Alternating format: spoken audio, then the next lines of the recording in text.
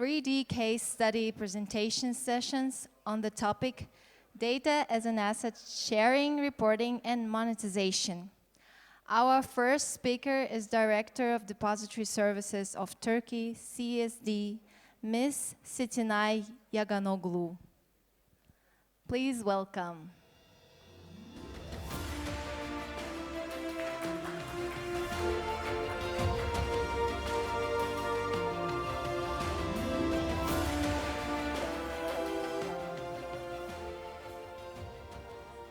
Thank you very much. And thank you for the hospitality of the Kazakhstan team for having us with this warm hospitality here in Almaty. I'm Setenay Yaganoglu, Director of Depository Services of MKK in Turkey, and I will be discussing data as an asset, the data monetization case, based on our example from our CSD MKK Turkiye. During the sessions that occurred yesterday and today, I've heard numerous of times the words of data, data governance, and resilience. I think we exemplify a good example of having a strong data governance, which is very necessary for data monetization, and I will try to show how we're resilient and how we have a strong data governance, and afterwards how we monetize our data as a CSD example. So this is the main plan of my presentation. Firstly, I will start in theoretical basis, and I will try to explain the general business models and key enablers that trigger data monetization. And I will talk about the types of data monetization. And as I mentioned, I will talk about how data governance, strong data governance is important, data management is important. Then we will delve into our data patterns, and finally, I will show our case as an example. So let's move on. I will start by discussing the business models employed in data monetization and the essential factors that trigger the implementation of data monetization solutions. The business models that are commonly used in data monetization are those of using the seed to generate revenue, encouraging innovation, and improving operational efficiency. When we talk about commercializing data, we simply mean that generating value by selling it. And through innovation, enhancing value is achieved through improvements. This method includes utilizing the data to enhance productivity, increase speed, and reduce costs. By optimizing costs, we mean improving productivity, reducing infrastructure expenses, and decreasing operational costs. So this method of generating revenue from data involves enhancing a product, for example, by incorporating new features, or updating existing frameworks to make them quicker and simpler. The key enablers that initiate the data monetization are stemming from strategic data utilization, strong business intelligence capabilities, and regulatory decision-making processes as a driving force. Treating data as a strategic asset means managing data such that it can be used to create competitive advantage for the organization through creating data-driven applications and solutions for customers. Strong BI capabilities are needed to facilitate the conversion of raw data into usable insights. So we're talking about making the data talk. So the conversion of raw data into measurable and quantifiable terms is necessary. BI tools and BI reporting are increasingly important for organizations aiming to drive insights from their data collections. And by regulatory decision-making processes, we mean automated compliance procedures for managing risks through digital workflows, robust data, continuous risk monitoring, and immediate and simultaneous compliance assessments. This, in general, assists regulatory authorities in overseeing market risks and taking preventive measures and proactive actions before, in fact, a highly costly crisis which can harm the whole market occurs. We're continuing with the types of data monetization. So we see as direct and indirect methods of data monetization. By direct methods, we can give examples of data selling, data as service, and providing insights and benchmarks, as we mentioned, with strong intelligence, strong reporting intelligence capabilities. And by indirect direct monetization, we mean increasing operational efficiency methods, improving customer services, and supporting decision-making processes, as we mentioned, mostly for regulatory reasons. So what we mean here is generating value through data-driven process optimization from information solutions with strong capabilities regarding analytics features and experiences. So in the beginning, I have mentioned the need, the necessity of strong data governance for data monetization under the scope of data management. Managing data is crucial for generating revenue from data. It is necessary to gather, uphold, and ensure that your data remains robust and trustworthy. Therefore, it is essential to implement robust business rules and regulations for data governance, data accuracy, data sharing frameworks, business intelligence tools, and automations processes. So all these data governance, data integrity, data sharing models, BI tools, and automations are the internal processes that we follow. We even created a data business terminology which standardizes all the business terminology with our IT personnel regarding thousands of tables and terms, business terms and technical terms. In the right side of the slide, you can see a funnel where there is, we named this central, the main businesses, the main applications that we have, which can be regarded as data sources. These are the Central Depository Center, Public Disclosure Platform, E-Trade Repository, eGem, the Crypto Asset Services Reporting Services, and Board of Directors Services as examples. These are the main examples, but we have other different services as well. For strong governance, we have strong proof as well. We have this ISO standards as proof of our strong management. Our information security policy ensures confidentiality, integrity, and availability of the information related to services we provide.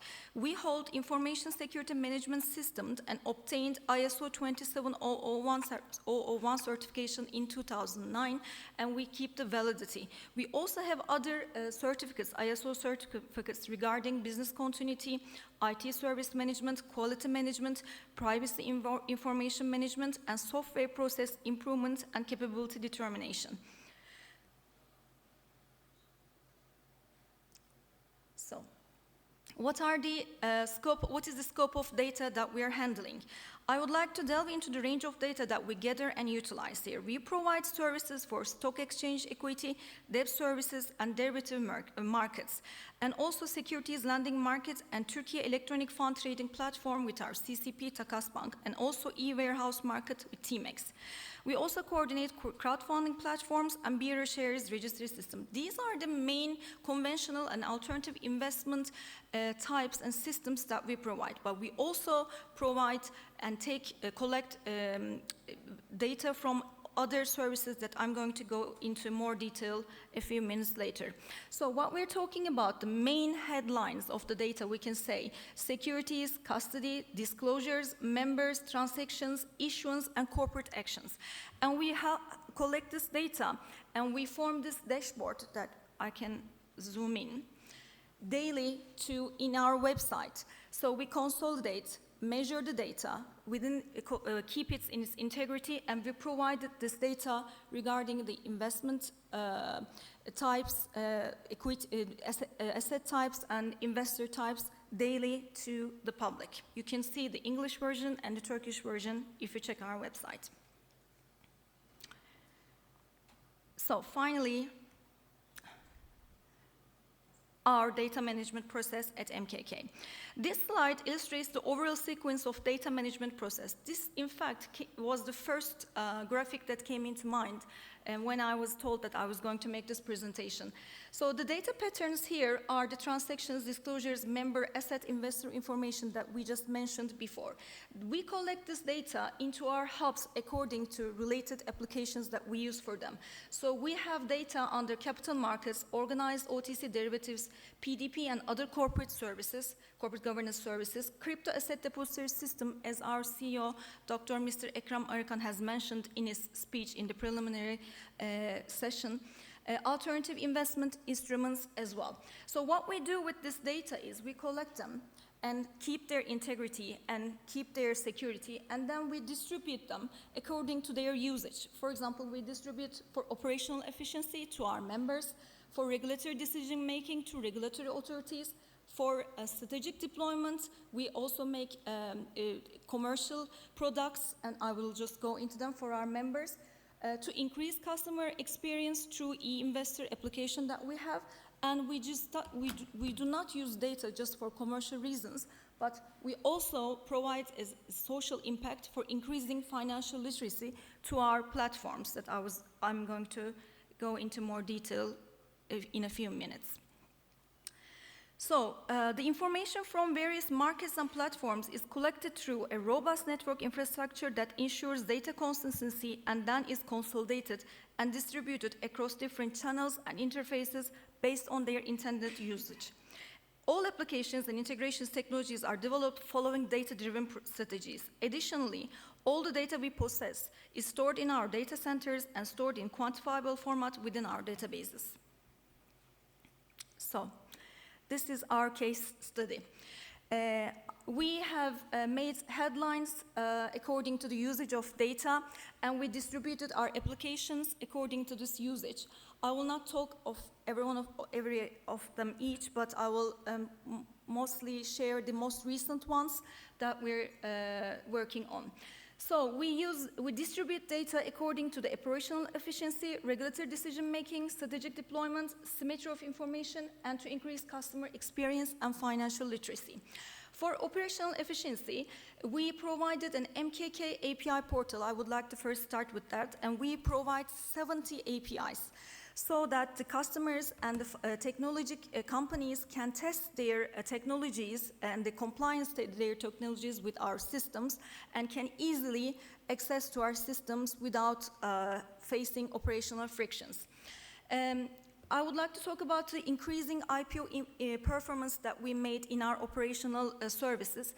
For years, when compared to the last 5 years, maybe before COVID, we can say, the number of equity investors were changing only from 1.1 million to 1.2 million in Turkey.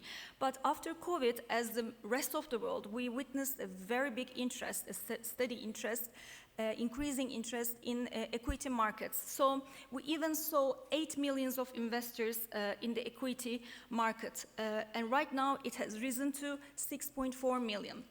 So this came with an increasing number of IPOs. What we had to do was, because we had the data-driven approach, we knew this was coming.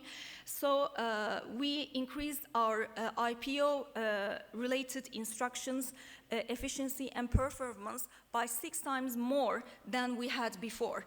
And this included the instructions and corporate actions related to it. Also, we provided 105 online services for members, for new members and existing members who do not want to use screens, but they want to go on with online services regarding operational services. I would like to continue with the regulatory decision-making because I think this is one of the most important pillars of data monetization. Because this regards the overall market security and their financial security as well. I would like to start from the last one, the Crypto Asset Central Registry System. This is one of the most recent applications that we are working on, the application that we are working on. So we are one of the primary, we can say, markets that regulates the crypto assets. What we're doing and working on right now is we're collecting the balances and transactions of crypto investors from crypto asset providers, and crypto investors will be able to compare their balances and transactions with the crypto asset providers and with our system. This will give them more security, and we will report this to the regular authorities as well. We also have other existing regulatory decision-making processes in this. For example, electronic trade repository service. We provide the regular authorities the data about derivatives both on exchange and off exchange so that our regulatory bodies can monitor systemic risk according to this. And we have LEI standard, which is also compliant with EU standards as well. And we have investor risk monitoring system as well. With the investment risk monitoring system, the data regarding investors, margin trading, short selling, securities lending transactions, and credit lines are also collected from investors so that the regular authorities can make analyses based on concentration of risk based on assets, investors, and even the intermediary institutions that have them. I would also like to mention the VIP system that we are currently working on for regulatory authorities. We were changing and revising our data sharing platform with regulatory authorities. So this is another way of data sharing as well. With strategic deployment, we can continue. We have a platform called Pusula in Turkish and Compass in English, the Intermediary Institutions MKK Data Analysis Platform. This is a commercial product as well. So we provide data of intermediary institutions regarding their investors with different breakdowns, such as the age groups, the residence cities that they are living, and portfolio values as well. And they can compare their investor profile with the peer group that they are situated in. So this gives them a strategic strength, especially with their customer relations. So this is an important example. We also have other corporate governance examples, such as electronic board of directors system and electronic general meeting system, which has been mentioned in this session as well. This is one of the products that we're really proud of, and it is a commercial collaboration with Indonesia as well. So it is customized and it can be used for companies for their electronic general meetings. We continue with symmetry of information. We have public disclosure platform here. This is an electronic system through which electronically signed notifications required by the regulation are publicly disclosed. So anything that interests the investors, anything that investors' investment in the market is being disclosed here, and they are obliged, the companies are obliged to disclose in secure formats, and this is also custom-free application, which can be customized in different companies or countries. And we have a company's information portal as well, where the basic and descriptive information of companies are shared. Finally, we're talking about the customer experience and financial literacy, how we support as well. This is not the commercial part, but I think indirectly supports financial literacy, which indirectly supports resilience in the markets, I think. We have platforms such as data analysis platform, real estate based on developing financial information system. And we have also developed risk tendency index. I will shortly want to touch upon this. This is also an in-house calculation of risk tendency of different investor groups in Turkey, like foreign investors, local investors. This is such a flexible algorithm that we can calculate the risk tendency of the people here in this room as well, if we want to. And finally, the investor services as we provide to our customers, to the investors, beneficially owners. These are my final slides. I would like to show how we make data talk from here. For the last years, you can see the revenue from data and reporting services has multiplied more than 6 times, 7 times maybe. And revenue from corporate governance services also increased nearly 7 times, which includes public disclosure platform as well. This shows how we concentrate on data governance, data monetization, and the strength of our resilience. I would like to add here that we are a certified R&D center, and we are listed among the first 100 companies lately, which invented mostly on R&D spending. We also sell market data products for data distributors within the Borsa Exchange Group, and in the last part you can see in the boxes the types of the data we provide. I would like to show here how we make data talk. This is a kind of small simulation of what we do, what we can analyze, to which detail we show. For example, I mentioned how the equity investor has risen up in the last years. In the beginning of the formation of our institution, the investors of funds were more than the equity investors. But as you can see from this historical trend, we can track and see how the equity investors has rapidly increased and became the even before funds. So this is what we can do with our data. This is kind of a small simulation, and Also, this one shows the number of investors buying mutual funds and equities for the first time within the year that they have been an investor. So this shows that an investor comes to our system and what he or she or the institutional investor wants to invest in. So this was again a trend from going from mutual funds to equities, we can see.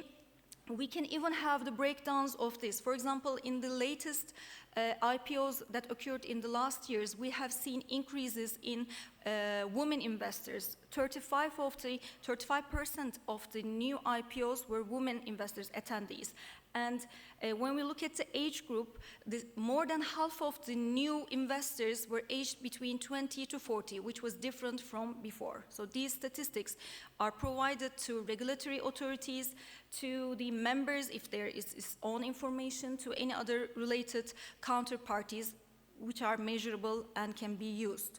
I would like to add that we provide more than 50,000 reports with different channels as SFTPs, views, and emails to regulatory bodies and related counterparties in more than 20 main channels, we can say.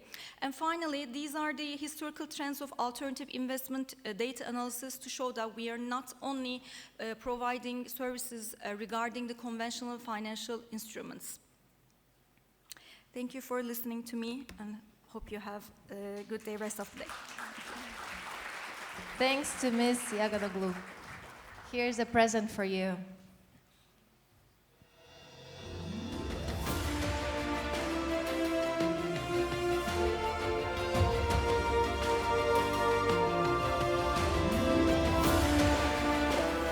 Let's take a beautiful picture of you.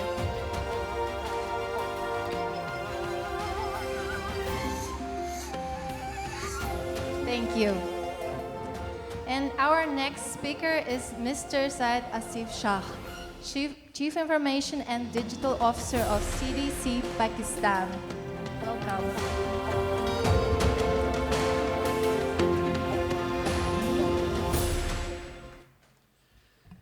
Thank you. Thank you to the Kazakhstan Securities Depository for hosting us here in the WFC event. When I was planning to prepare my presentation for this event, I searched on the internet because this is my first visit to Kazakhstan and of course to Almaty. I searched on the internet that which picture should I take to represent Almaty. And amongst the so many beautiful pictures, I was able to find out this one. And although I thought that it might be a winter, January to February scenario, but in last 4 days, we have been seeing that it's a daily scenario here in Almaty, and it's such a beautiful sight to see. So with this, I would like to begin my presentation. I am the Chief Information and Digital Officer at Central Depository Company of Pakistan Limited. My name is Syed Asif Shah. And I'm also covering the same topic that my colleague from Turkey has just covered for you, but with a slightly different perspective. So you might find some resemblance, but a slightly different approach on how CDC Pakistan is taking the data as an asset from a sharing, reporting, and monetization perspective. The agenda would be something like that I would cover the introduction to Central Depository Company of Pakistan Limited in a few slides to build the perspective, to establish the ecosystem of how we are doing, taking data, and how we are trying to monetize it, and what kind of an scalability and security, cyber security, or the business resilience we have put in place for that, and how we are currently monetizing that. So like all other CSDs in the room, we are also a financial market infrastructure institution providing services to large number of capital market participants, whether those are issuers of the securities, brokerage houses, asset management companies, investors, and we also serve the insurance industry within Pakistan as one of our client base. CDC started its business operations somewhere in 1997, and we are still a public unlisted company. And in Pakistan, as my next slide would show you, that we have a separate central counterparty arrangement, which is called National Clearing Company of Pakistan Limited, and the trades takes place at the Pakistan Stock Exchange, which used to be 3 exchanges in the beginning, but now there is only one consolidated exchange, which is called Pakistan Stock Exchange.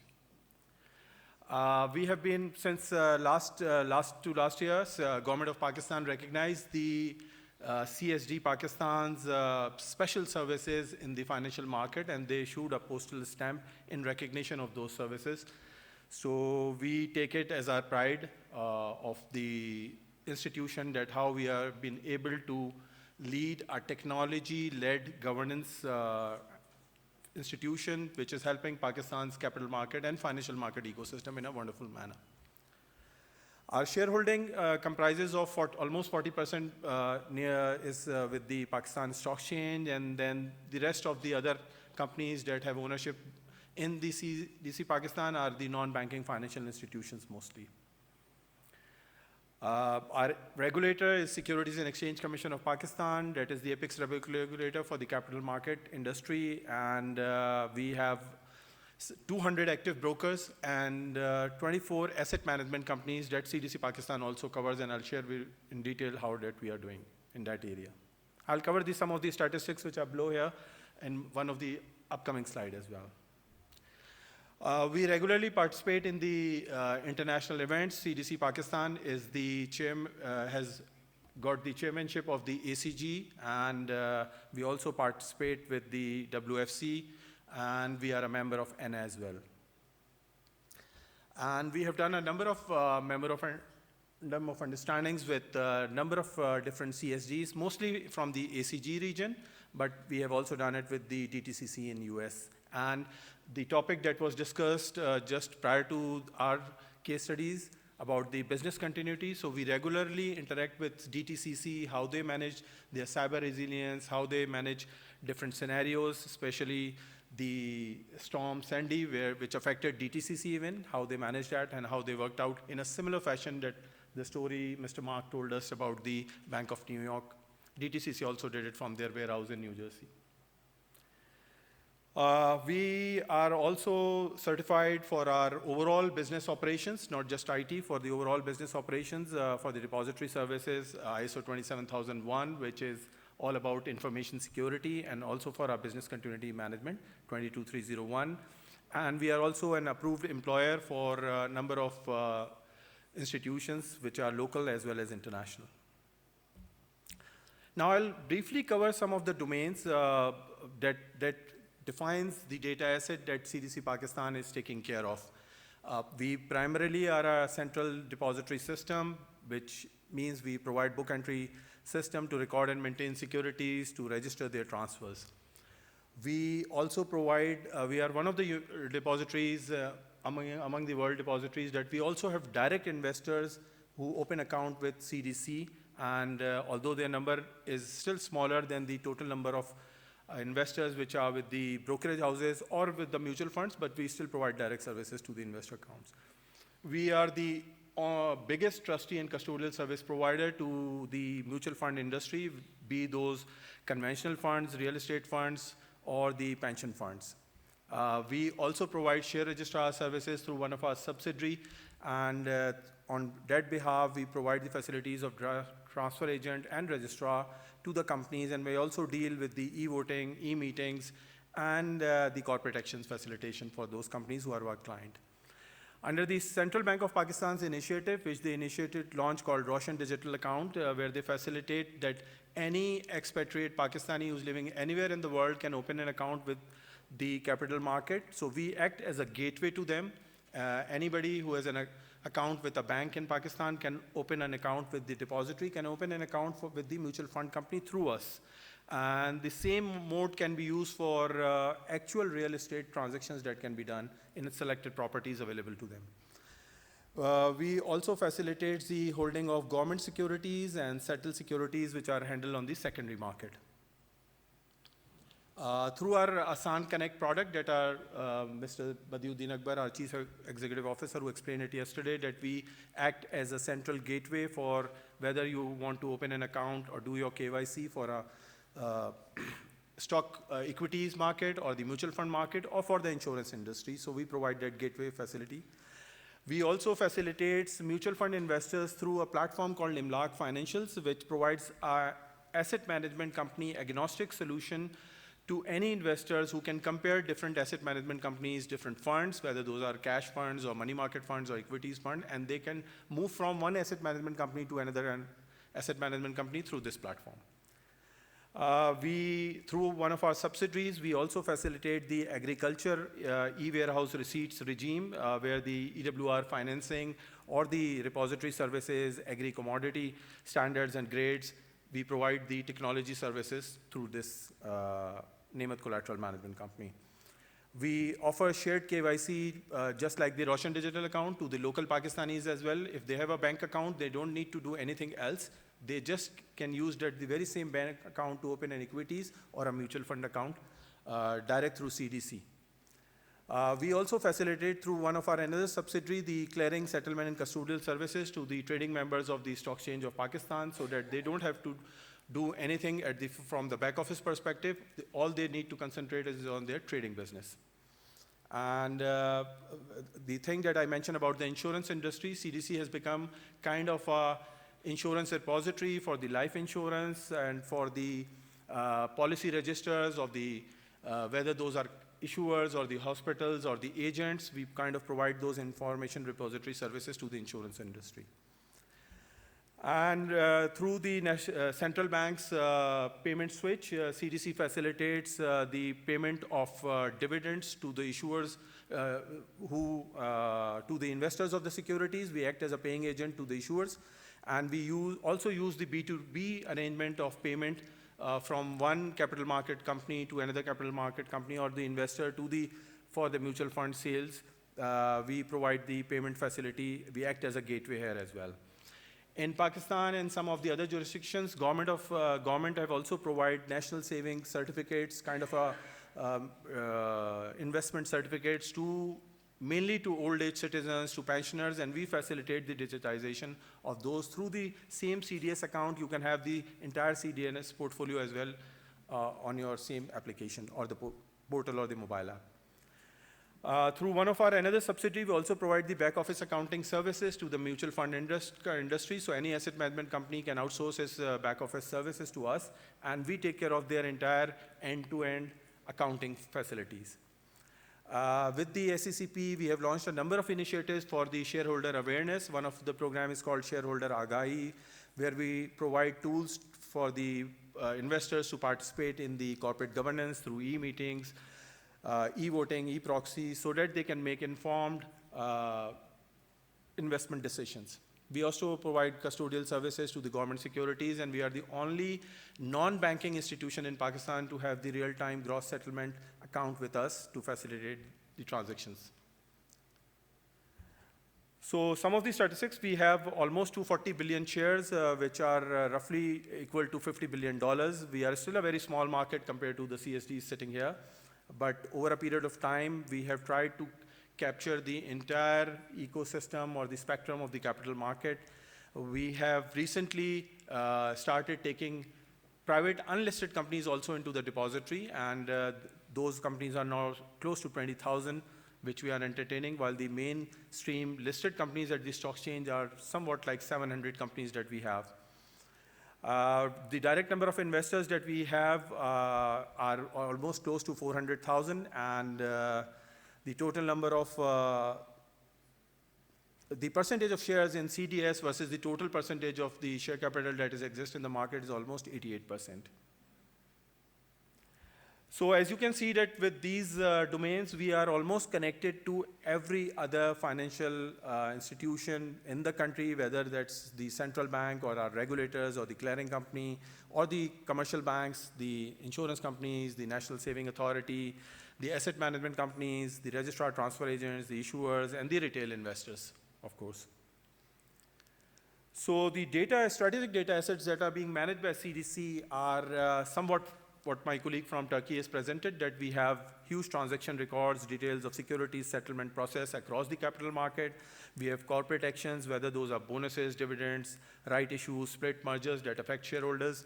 We have real-time and historical trends on settlement volume, security movements and investor behavior and the market behavior. We also have the profile of investors such as age, location, their investor behavior and the account types, and we provide structured and non-structured reports to regulators. So there is a whole lot of data that CDC facilitates and manages on behalf of the total capital market. So the approach that CDC has taken for using these data assets to its digital transformation to the overall growth of the capital market of Pakistan is through use of APIs. While API seems to be a very standard technological connectivity framework or a methodology to connect two different disparate systems, but we have taken this approach to a more business level that API facilitated us with the seamless integration of using cutting-edge technologies with the existing systems, whether those existing systems are of capital market or of the business partners whom we are facilitating. APIs also expedite the development and deployment of new services, which enhances both CSD, Pakistan's agility, and also our business partners' agility. And APIs help connect disparate data sources, empowering data-driven decision-making process. So this is the part that we have taken. Just last year, we have served almost 110 million APIs, and one of the main use cases was that Pakistan's biggest telco operator opened its telco account to invest in capital or mutual fund industry, and all of a sudden, across the Pakistan, people who have very small investments get the feel of the mutual fund market and the equity market through this platform. So we have a huge API repository. And we use both REST and ISO 20022 protocols for APIs. We have two kind of programs. If there is already established APIs, we make the enablement for our partners through a process that is defined here. And you can have these slides later on as well, because my time is running out. So I would try to focus more on the monetization part. For the development, if required, then we go through the standard SDLC process for our business partners, which is the software development lifecycle process. Of course, the information security is very important. We use the all the information security protocols that are important for running the overall depository system, and as far as for our APIs as well. Most important is the red team and the penetration testing by third parties who we invite regularly throughout the year to test our systems, to test our people, how those are implemented, and if there are any gaps, we fix those gaps on a very priority basis. We follow the secure SDLC process for the APIs as well, and we avoid third-party APIs, which are generally more easily available, but often have greater risk when you implement those. The most important thing is that when we use third-party risk assessment, we use the Web's top 10 API risk assessment standard. We have deployed DDoS protection technology. We have rate limiting, IP whitelisting, and web application firewall implemented. We also comply with the laws which are there in Pakistan as well as for the GDPR, so that any non-Pakistani resident operating out of European zone can safely invest with us.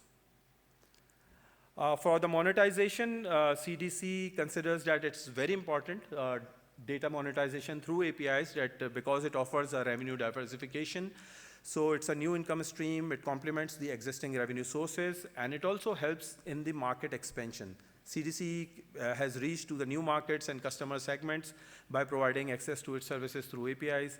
And we also think that there is a very good value creation opportunity for the CSDs, for the organizations to provide their services through APIs, as they provide integration and foster innovation and customer loyalty. And of course, API monetization help us in funding innovations so that we can further research and develop and improve the quality and appeal of the services. So like my colleague mentioned from the MKK, we have also used both direct and indirect API monetization strategies. We evaluated that the companies normally use subscription-based model where you have tiered plans based on the usage limits or the features, or you use on the actual consumption of APIs with the number of API calls or the amount of data that you are processing. And then there is tiered version that you provide a free basic version, and then you charge on the premium features or the number of APIs being used. So our underlying platform that we are using has the capability to take care of each of these charging model that is applied. However, after a careful evaluation, we opted for the indirect monetization of the APIs, and right now we are only charging from the transactions that are taking place through those APIs. So the purpose was that since the APIs are helping us attract and retain users for our main products, so we are enabling greater functionality and integration. And we are also helping building the ecosystem of our partner organizations so that they can use our platform and their own platform for building new market opportunities and partnership. And last, APIs are helping us provide valuable data on user behavior and service utilization, though this is helping us, both CDC and our partner organizations, to refine our offerings and drive product-led growth. So that's it. With this, I have only 20 seconds left, as the indicator is showing me here. If there are any questions, I'm here, or offline, you can ask me any question. Thank you. Thank you for listening. Thanks for Mr. Shah. Please let us give you a small present.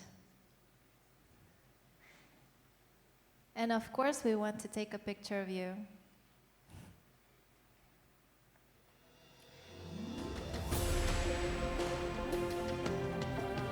Thank you.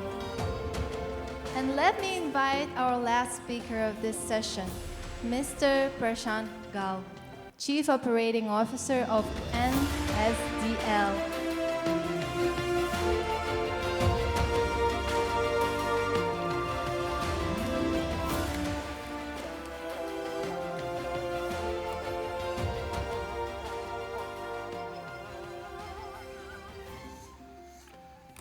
Good evening, everyone.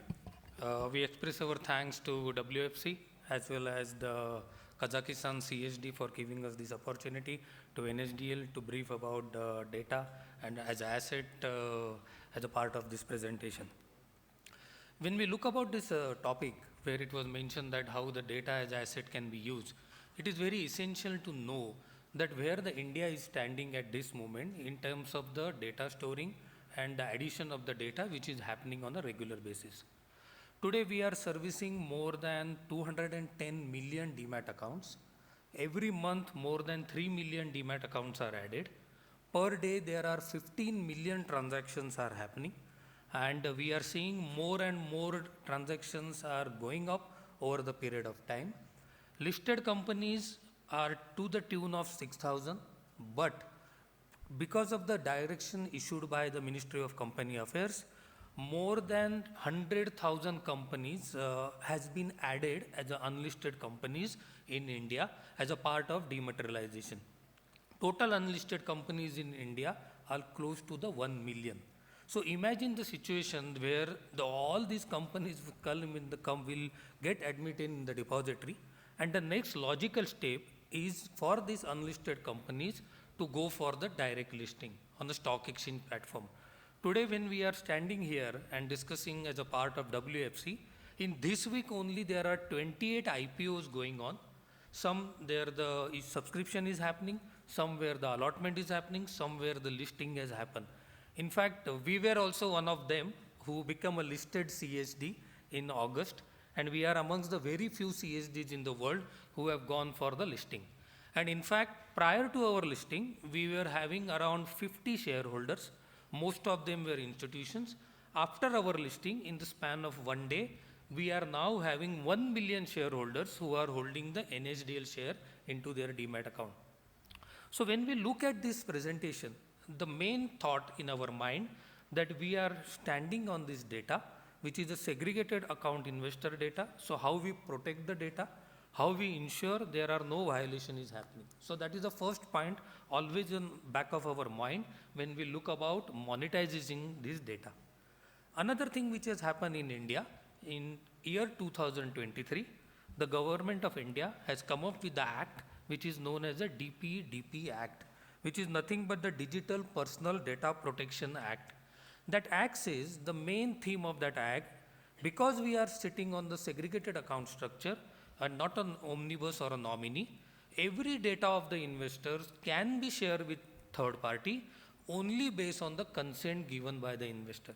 And so that's the reason it is very essential at this moment that when we are presenting here, we have to keep both the things in mind, the gravity of the data, which we are handling, and we are going to add over the period of time. Perhaps after the 5 years, we will be sitting on 300 million demat account. And so that's the reason we have to keep all these things in mind. And with that thought in mind, we will start our presentation. So this is the agenda for the today's presentation. So when we have seen, most of the points are already repeated by the previous speaker, so I will not spend much time on that. But the point what we are bringing on the table here is that about the last point, because the corporate action, transaction data, accrued benefit in terms of the cash and non-cash benefits, and the transaction in terms of the margin-based collateral, already been discussed by my previous speakers. But the expectation from regulator towards the data and being done by the depositories has increased over the period of time. So the regulator expects us to have an online monitoring, generate an online alert. So we generate alerts like multiple investor giving the shares to the one investor giving shares to the multiple investors, dematerialization of small denomination, dematerialization followed by the rematerialization. So such a type of alerts as a part of the PMLA, prevention of money laundering, as a part of the surveillance, as a part of the alert engine is being done by us because the regulator expects us to do that activity. We also provide the data to our regulators on a regular basis because the regulator believed that the data what we are hosting is a trusted data. The demat account opened by the intermediaries which are regulated by exchange, depositories, AMCs and many more, and they do the KYC compliance as prescribed by SEBI. The transaction executed, if it is a physical delivery instruction slip, then we have a database of that delivery instruction slip. So if my delivery instruction slip is stolen by somebody and he gives it to his DP or my DP and DP try to execute because of some malpractice, there is an alert generated and we stop that transaction. So the way banking system has these alerts, similar type of the system and checks and balances has been developed, and it is just possible because of we are sitting on the data, which is not only the data of the transaction, but it is the data of the various supporting system like a delivery instruction slip given to the investors, relationships. We have the details where we know that a mobile number mentioned in the demat account, whether it belongs to the investor or his spouse or his parents or his children. So that type of the chains and alerts are there. So we generate the alerts that the same mobile number is used by the many entities. We give that information to the regulator, addresses, bank details. So that type of the work has been done by depositories as a part of this data, and this data is being reported to the regulator on a regular basis. So that's the reason these are the 4 cases where we have divided the activity: regulatory reporting, market participant, investors and ecosystem. And then we will see how that can be used as a use cases in the next slides where we will work upon this. So basically all the people who was a part of the ecosystem, whether it is a regulator, whether it is a market participant, whether it is a issuer, we have tried to ensure that the data well protected with the consent of the investors are provided. In India, there are concepts like account aggregator, where the investors or the loan provider can go, request for the investor data, and as a part of that API, which our colleague from Pakistan was mentioning, all his bank details, all his demat account details, all his mutual fund holding, all his insurance policies, national pension scheme, all the data is extracted in one single API, which is the thousands of records, and within the few seconds it is given to the subscriber, which we known as a FIU, financial information user. We are called as a FIP, financial information provider, and there is an account aggregator in between, and all things are monetized. And so that's the reason we have developed systems where in the shadow of the DPDP Act, which I mentioned at the beginning, we are able to protect the interest of the investors in terms of confidentiality and in terms of the data being provided to the end users for various other purposes.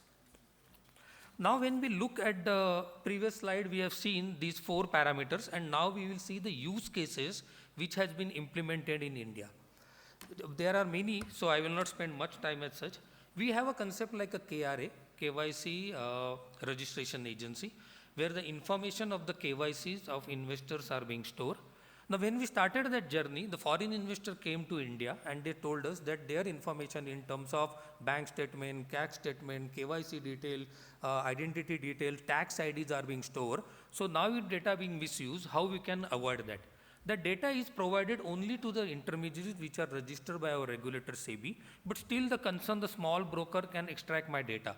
So we introduced a concept where without giving the OTP confirmation of foreign investor, either directly or through custodian or through global custodian, that data is not accessed. And so that's the reason every data, whether it is a small retail investor or it is a foreign investor who is not sitting in India, we are protecting their interest by taking the confirmation by the way of various ways and means and ensuring that the data will be made available. You all know that India has adopted the T+1 settlement cycle. We have already gone for the beta version of T+0. And in this whole process, the important role is played about the foreign investor. Because as you may be aware that Indian currency is not fully convertible. So somebody, foreign investor, when they invest in India, they have to book the Forex. And so if you talk about T+1, T+0, it will not be possible. And so for that purpose, what we have done is that the contract notes which are being routed for these foreign investors are being routed through the NSDL as a depository system. And there also, the more than 10 million transactions are executed contract note on a daily basis. And imagine how much data it will be storing. And today, when the trade got over at 3:30 p.m., we have that information now, just within 10 minutes, about what trade every foreign investor has executed, and which is close to the 10 million on a daily basis. So that type of the APIs, that type of the scalability we have developed, the complete transformation of the data, whether it is a broker, DPs, mutual fund, AMCs, or the PMS provider or the investment advisor, is coming in an encrypted form so that nobody can tamper in between, and that type of the protection we have given it to them. A lot of importance is given by the regulator to the retail investors. So we have a product in the name of the CAS, Consolidated Account Statement, where we provide the data to the investors about his assets in the demat form, the assets about insurance policies, national pension scheme units, and many more information. Under the guidance of SEBI, we have launched a portal whereby all his trading information, open interest in derivatives market, positions in the commodity market, positions in SLB and cash segment, across all broker is made available to him. So if somebody log in to our portal, which is known as the Speedy, which is available through mobile app as well as this, we provide the API and through which we extract the data and give it to them on an online basis. So all the exchanges, all the CSDs, all the RTAs are being connected as a part of that integration. And that is what the importance we have given. So when we talk about all these things, ultimately what matters is the last point, that we have reached a stage where the data sharing is happening, data churning is happening, data reporting is happening, but how we can monetize, looking at the DPDP Act has been passed just 2 years back. So the balance between the innovation and privacy, that is what now is on our table, and we are working in that direction. So these are some of the ways whereby we are progressing on that, whereby we feel the monetization can be done, because the infrastructure has been set up, the regulation has been set up, and now it is how we can scale up, how we can monetize, and that is what we in India through the depositories are exploring about. So this is what the future we are looking for. So from custody of the securities to custody of the insight, that is what the vision what we are trying to follow. So basically the CSDs storing the data is not the byproduct of the operation. Basically what we feel, it is nothing but the core strategic asset which can be used for monetization, risk management, and market development. And so that's the reason the data is nothing but the fourth pillar of the CSD, in addition to the settlement, custody, regulation, and compliance. And that's all what we have to present as a part of this presentation. Thank you. Thanks to Mr. Vagal. And let us give you a present.